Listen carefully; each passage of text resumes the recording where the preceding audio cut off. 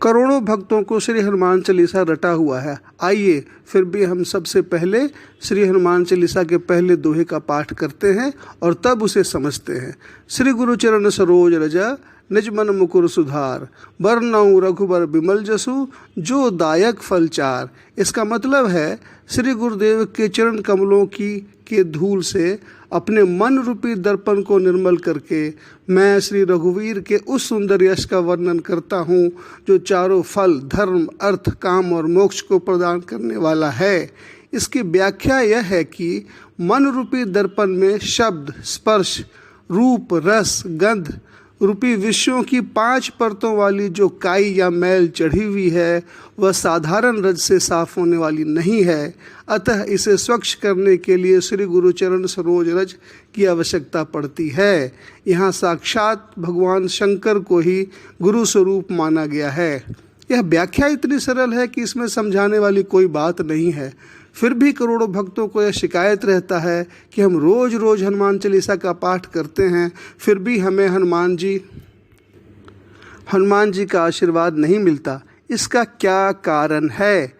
समझने वाली बात यह है कि हम सब रोज़ रटंत पाठ करते हैं, बिल्कुल ऐसे ही जैसे तोता यह पाठ करता है कि शिकारी आएगा जाल बिछाएगा और उसमें फंसना नहीं।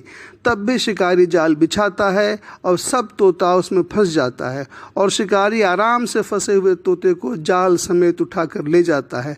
तब भी तोता रटता ही रहता है, शिकारी आएगा जाल बिछाएगा और उसमें फंसना नहीं। कहने का मतलब यह है कि जैसे तोते का जीवन रटंत है इसीलिए वह जाल में फंस जाता है, उसी तरह हम सभी भी हनुमान चालीसा का पाठ रटंत ही करते हैं। जबकि हनुमान चालीसा हनुमान जी के गुणों को धीरे धीरे समझने और उसे जीवन में उतारने की प्रार्थना है। हनुमान चालीसा का एक एक लाइन रटने से ज़्यादा, पाठ करने से ज़्यादा हनुमान जी के गुणों को समझने का और उसे जीवन में उतारने की बात है। जैसे अपने देश को बचाने के लिए सैनिकों को शस्त्र उठाना पड़ता है, नहीं तो दुश्मन सैनिक को ही गोली से मार देगा, उसी तरह से अपनी संस्कृति को बचाने के लिए शास्त्र को भी समझना ही पड़ता है, नहीं तो हम सबका जीवन भी जाल में फंसे हुए उस तोते की तरह रटंत हो जाएगा। हम तोते की तरह ही शिकारी के द्वारा भी मारे ही जाएंगे। इसलिए जीवन रटंत नहीं होकर पढ़ंत समझंत और गढ़ंत होना चाहिए। जैसे शास्त्रों में कहा गया है कि राम राज आने से जीवन में सुख और शांति का राज हो जाएगा, पर यह राम राज क्या है, राम राज कैसे आएगा, राम राज कौन लाएगा, राम राज कहाँ आएगा, इस विषय को गंभीरता से समझना पड़ेगा। समझने के बाद रामराज पहले मन में उतरेगा, मन में उतरने के बाद इसे मन में ही साफ करना होगा। मन में साफ करने के बाद रामराज का विषय हृदय में उतरेगा। हृदय में उतरने से खुद अपने जीवन में ही रामराज आएगा। खुद अपने जीवन में रामराज आने के बाद रामराज हमारे परिवार में आएगा।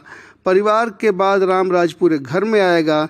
घर में रामराज आने के बाद वह पूरे गांव में आएगा और गांव से फिर रामराज पूरे ज़िले में, प्रदेश में और देश में जाएगा।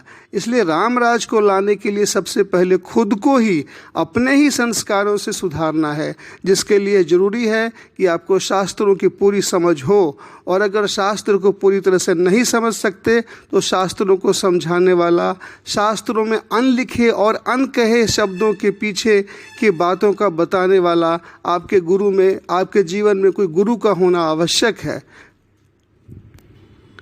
बिना गुरु शास्त्रों के अनलिखे और अनकहे शब्दों को समझना कठिन होता है।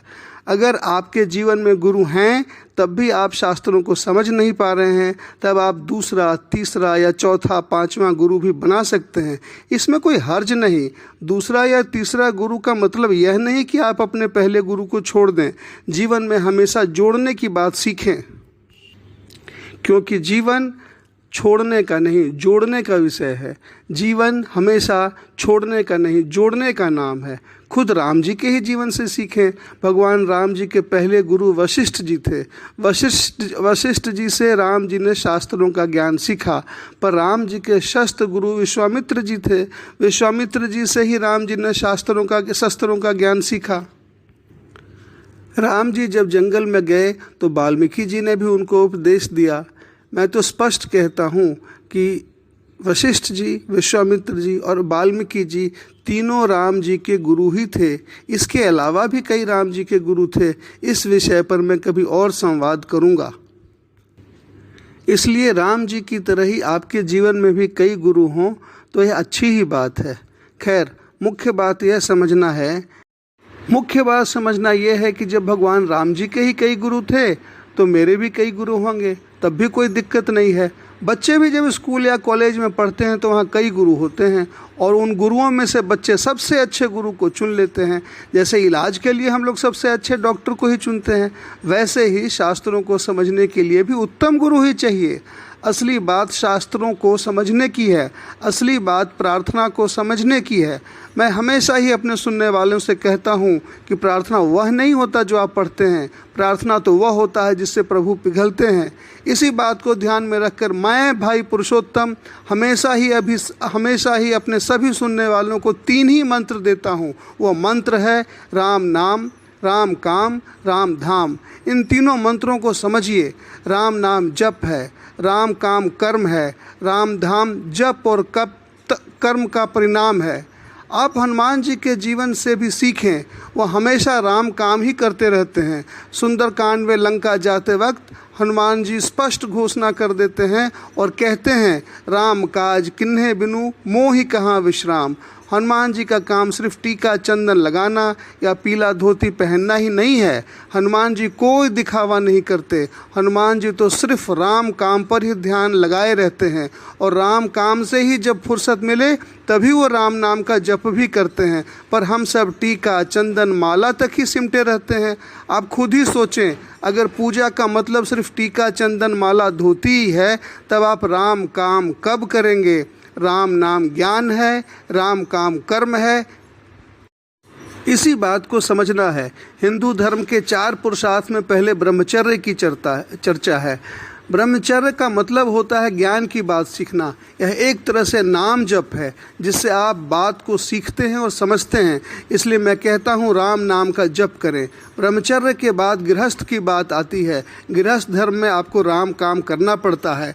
ज्ञान समझ में आने के बाद कर्म का ही महत्व हो जाता है। इसीलिए तो गीता में भगवान कृष्ण कहते हैं, कर्मण्यवाधिकारस्ते मां फलेषु कदाचन। इसका मतलब है आप कर्म करें, फल की चिंता नहीं करें। जरा सोचिए, ज्ञान और कर्म नहीं होगा तो मोक्ष कैसे मिलेगा? इसीलिए मैं हमेशा सिर्फ 3 ही मंत्र कहता हूँ, वह है राम नाम, राम काम, राम धाम।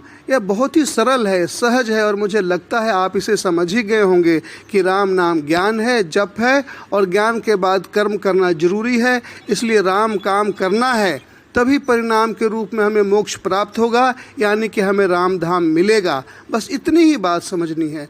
इसलिए आप भी इस बात को गांठ बांध लें कि जब तक आपका कर्म ही धर्म नहीं बनेगा और आपका धर्म ही कर्म नहीं बनेगा, तब तक आपको यह प्रयास करते ही रहना होगा कि आपका कर्म और धर्म एक ही हो। आप जरा गुरु नानक देव जी का जीवन देखिए, तुलसीदास जी का जीवन देखिए, कबीर या रविदास जी का जीवन देखिए। इनके द्वारा जीवन में उठाया गया हर कदम, इनका हर कर्म ही इनका धर्म था और इनका धर्म भी इनका कर्म ही था। धर्म और कर्म का एक होना ही जीवन की कसौटी है। गांधी जी से भी आप सीख सकते हैं। गांधी जी भी कहते थे उनका जीवन ही उनका संदेश है। इसका मतलब है कि उनका कर्म और धर्म एक ही था।